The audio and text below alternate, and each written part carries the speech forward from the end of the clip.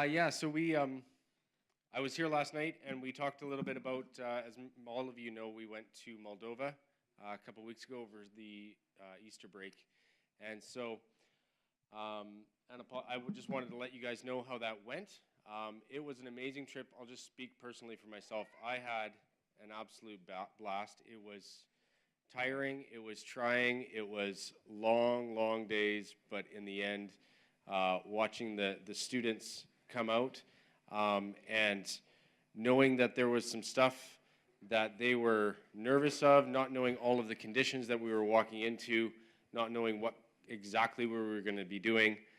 We were met by a team there in Moldova that was incredible. We came into the capital, which is Chisinau, and OM has a head office there. And so we were at the head office doing some training for, what was it, one day, I think, like 24 hours. And then from there, we headed out to a small village about 2.5 hours away called Kobilia. And it has about 1,500 people that live in the area and in the actual town.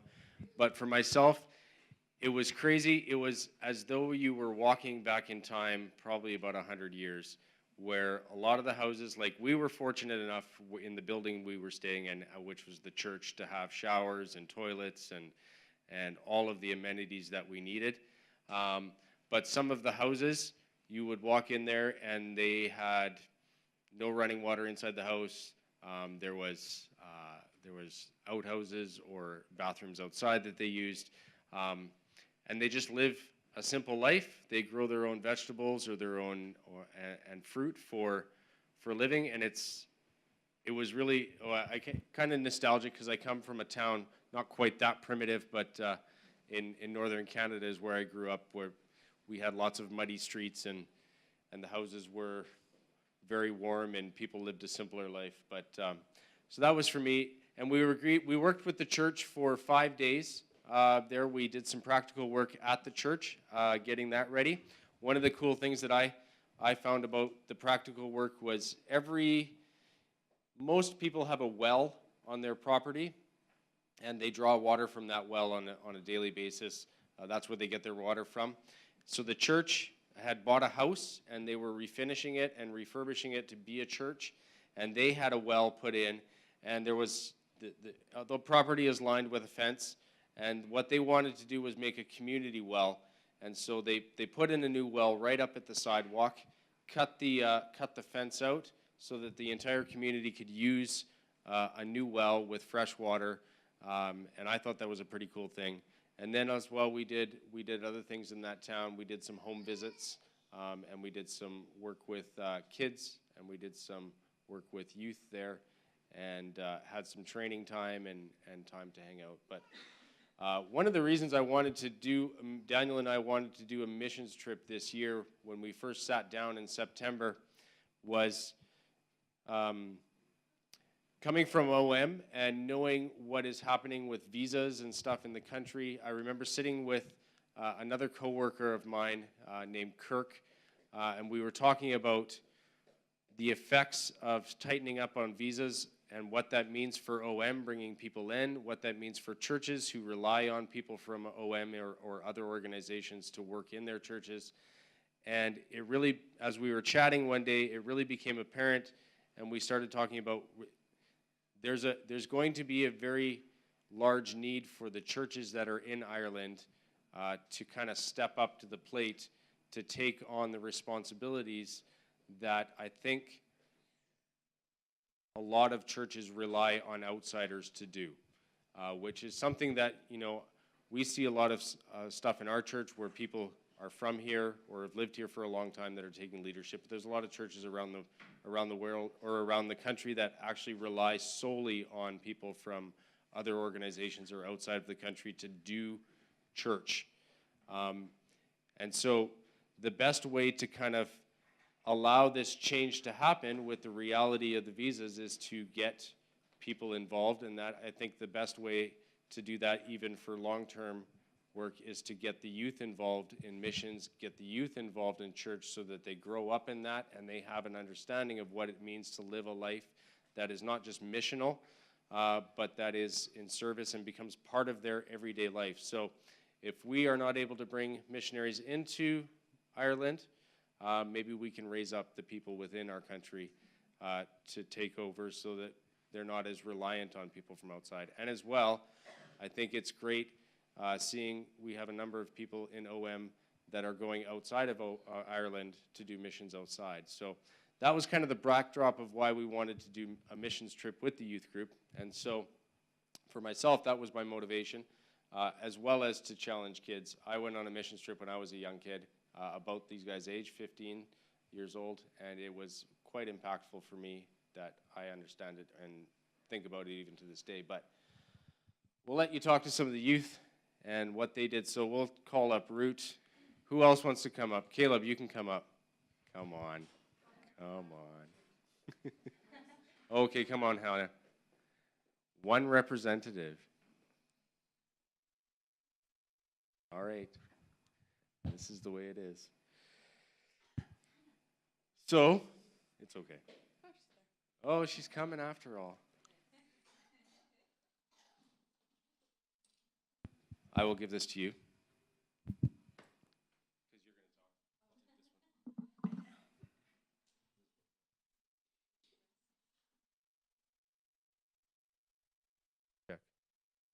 There? All right. So, Root and Hannah both came on the trip. Let's start with Hannah. Hannah, what was your biggest fear going out on the trip before you left? Not knowing what it was going to be like there. Root? Yeah, for me it was really just not knowing the conditions we were going to be in, like with many medical issues. I didn't know like what it was going to be like, so. It's funny, we at the end we had an evaluation with the team from OM there, and we kind of brought that point up that a lot of people were nervous about that. And basically they said, this is the way we do it, so get over it. Which is kind of the way it was when we went on missions trips as well. So coming there, I think we were all pleasantly surprised with the conditions we were put within. What was the thing that challenged you the most while you were there? What was the hardest thing to do when you were on the trip?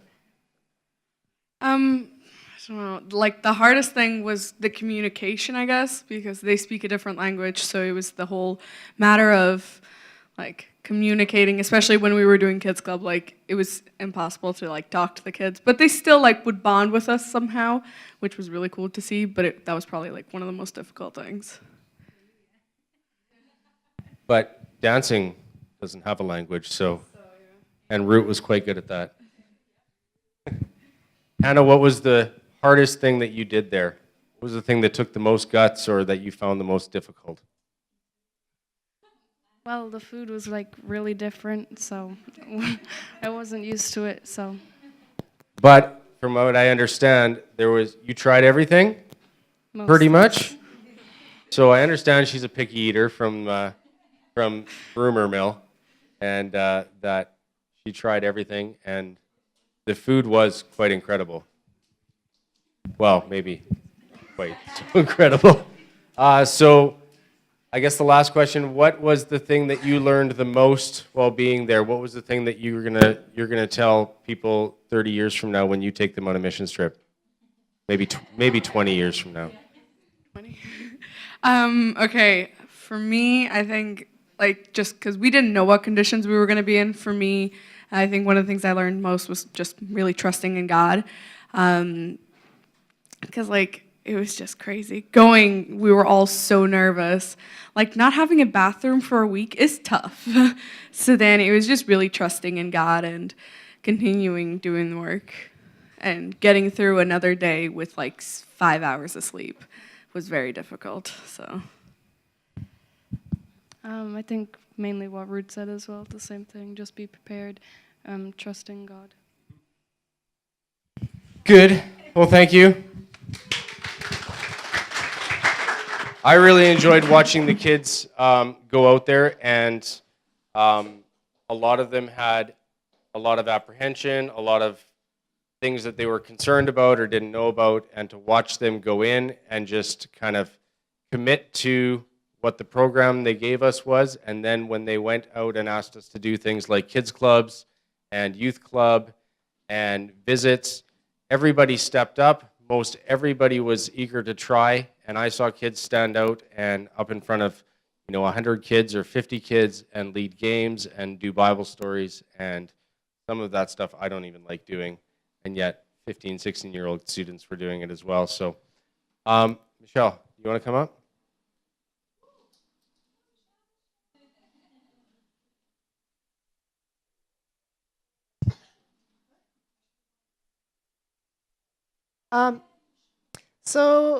When we got there on the Sunday service, they had this tradition that we didn't actually know about, stepping in, they asked if we had greetings for the church. And we're like, what? And so we're just like, yeah, we send from our church back home, we send you greetings. We're like, I don't know. So anyways, they sent greetings back to our church. So from the church in Kabelia, they send the greetings to our church here in Roscommon. And as we were leaving, they presented us with this flag.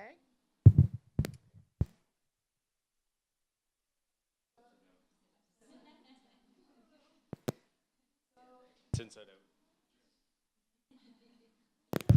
So this is the Moldovan flag. And so now it was presented to us as our churches are connected now. So they're part of our family, we're part of their family. So presentation to our church, and for all of us.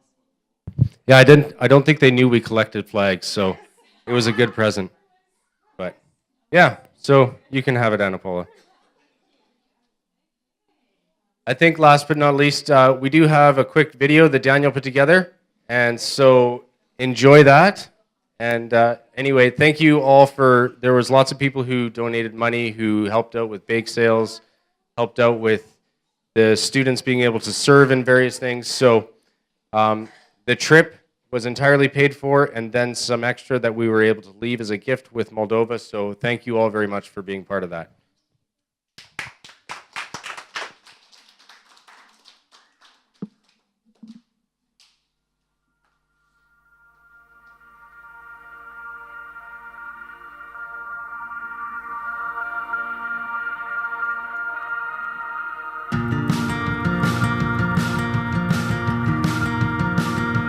Come and stand before your Maker, full of wonder, full of fear. Come behold His power and glory, yet with confidence draw near. For the one who holds the heavens and commands the stars above is the God who bends to bless us with an unrelenting love. Rejoice, come and lift your hands and raise your voice.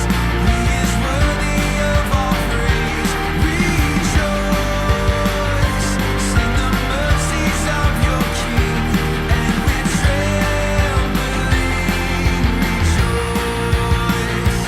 We are children of the promise, the beloved of the Lord, one with everlasting kindness, bought with sacrificial blood, bringing reconciliation to a world that longs to know the affections of a Father who will never let them go.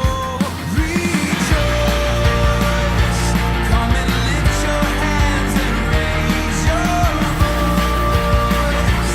He is worthy of all praise. Rejoice, sing the mercies of your King, and with trembling rejoice. All our sickness, all our sorrows, Jesus carried up the hill. He has walked this path before us. He is walking with us still, turning tragedy